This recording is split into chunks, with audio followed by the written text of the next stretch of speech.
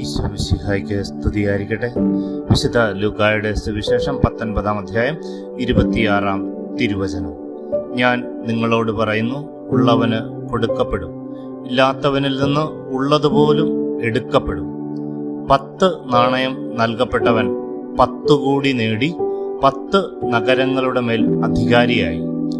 5 നാണയം നൽകപ്പെട്ടവൻ 5 കൂടി നേടി 5 നഗരങ്ങളുടെ മേൽ അധികാരിയായി. മറ്റൊരുവൻ ലഭിച്ച നാണയം തുണിയിൽ പൊതിഞ്ഞ് സൂക്ഷിച്ച് തിരികെ കൊടുക്കുന്നു.